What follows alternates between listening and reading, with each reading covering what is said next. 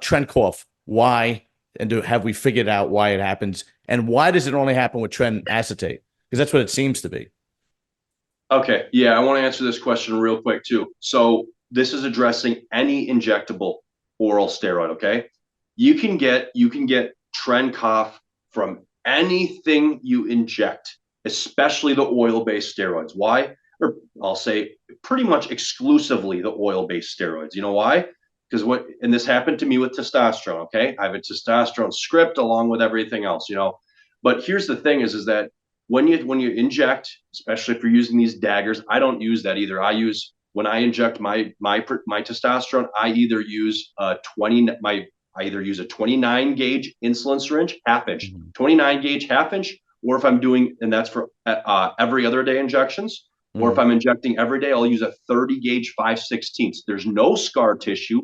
You're basically never in a vein, and guess what? You feel way better. And there's less pain. But we can talk about that later in a second. Let me address your question. If you're injecting any oil-based anabolic steroid, you know, testosterone, DECA, equipoise, everything but basically oral Winstrol or Anadrol or whatever have you. The issue is, right, everybody's probably done this at least once. You go, and it doesn't matter even if it's trend, you can give yourself trend cough by what? You go through the skin, and guess what happened? This is how I got trend cough from testosterone. I was using a longer needle, like the doctors tell you, right? But you go through the skin, through the fat tissue, and guess what? You go through either a small capillary or you go through a vein, and guess what? You pull back on the syringe, and that's a whole nother thing. Guess what they're telling you to do? Guess what they're telling you right here in the United States right now? You don't have to aspirate when you give vaccines anymore. Okay, that's a whole nother thing in regards to COVID and people dropping dead with vaccine. Well, that's a whole nother thing. So I'm going to answer your question first, but when you do that, right, you go through a vein or small capillary or whatever, and you pull back in the syringe. Oh, there's no blood. You're good, right? You do the injection and you pull out, well, whatever capillary or vein, or hopefully you didn't go through an artery. But when you go back, some of that gets into the vein, artery, capillary, what have you.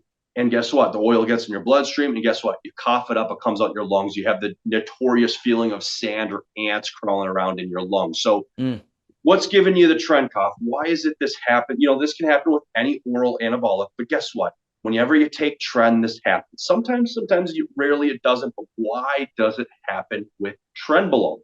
I'm going to tell you, I've looked around, I've tried to figure this out, and the best information I can give people is what? Is that it's not the oil, it's not the solvents, because all the, whatever carrier oil, no, that's the same thing. It's not the benzyl alcohol, it's not the benzobenzenate. What happens is it's got to be the Trenbolone molecule, because it happens with acetate and enanthate. Okay. Typically a little bit more with the acetate, but it happens with the enanthate too. So why? We know we take everything out. We take the carrier oil out, the benzyl alcohol, the benzenate. Guess what? It comes down to the molecule. The Trenbolone molecule, for some reason, and this happens with testosterone, John, and DECA too. Even when you pull back, even if you haven't went through anything, you're always going to have a little bit that gets into systemic circulation right away. It's just going to happen. Anytime you go through the skin, you're going to have a little bit that is going to jump into the bloodstream. Right. This amount is super tiny, but guess what? This happens regardless. Anytime you're going to go through it, you're going to have a little bit that gets into systemic circulation right away. That's just because you're going through the skin and going through the muscle. That's just going to happen. Okay, so with Trenbolone, it comes down to the Trenbolone molecule itself. Now, Trenbolone is obviously a what? It's a 19-nor derivative anabolic steroid. This doesn't happen with DECA, though, right? So we know that this is specific to Trenbolone. It has to be. There's no other explanation. So this Trenbolone, this modified 19-nor, we find that this does what?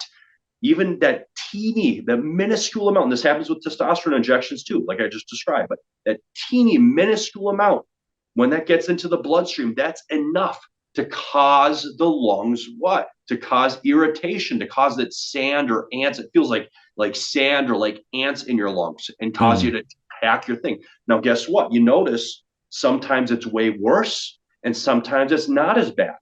Right. Sometimes it's terrible. You're going to drop on the floor, even if the amount's the same, even if everything's the same. Sometimes you get a little irritation.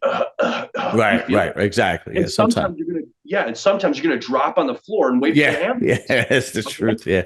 So this should prove my point, my hypothesis pretty well that guess what? Since it happens sometimes a little bit and sometimes it happens really bad, what does that mean? That means that sometimes, even if you aspirate, sometimes it's getting in a little bit more gets into systemic and sometimes a little bit less. So this shows us that the irritation is not anything else but the trenbolone molecule itself is inflammatory in the lung tissue. Now, why? I wish I could answer that, but I also can't answer, John, why is it trenbolone versus these other anabolics that causes the cells, not anywhere else in the brain as far as we see, but why is trenbolone for some reason make the cells in the hippocampus kill themselves? That's what apoptosis is, programmed cell death. Why is it? Guess what? I can't answer that. Yeah, right. But we see it happen with trenbolone. That's why I tell people don't take tren. Even at no matter what dosage, you decide whatever you're going to do. You're an adult, do whatever you want. I'm not telling you to do that, but you can do whatever you want, right? Right. Vote for who you want, you do what you want. But we see that with trenbolone. I don't know why trenbolone only in the hippocampus tells your cells, the neurons, to kill themselves. Just like I don't know why, with trenbolone, with the molecule itself, whether a little teeny bit gets in the bloodstream or even a little bit more, depending on if you went through, depending on how much blood flow to that particular area. Because you'll notice this, John, too, is that depending where you inject in the human body with trenbolone, if you inject in your glutes, you're more likely to get a bad tren clot than if you inject somewhere like, we'll just say, your calves or somewhere where there's less blood flow. People will notice that too, is that if you inject in your glutes, especially in your glutes where there's a humongous blood flow, to your upper glutes, you're way more likely to get tren cough than if you do an injection, somewhere where there's less veins and somewhere where there's less blood flow, thus again proving my point. Now, why this happens, I don't exactly know, but we know the trenbolone molecule agitates the lung tissue. So I'll leave it at that. You're a wealth of knowledge, man, and what you're saying makes 100% sense because I haven't yet to figure out what it is. Anytime I ask somebody like yourself, that's the best answer I've ever gotten so far. Put it that way.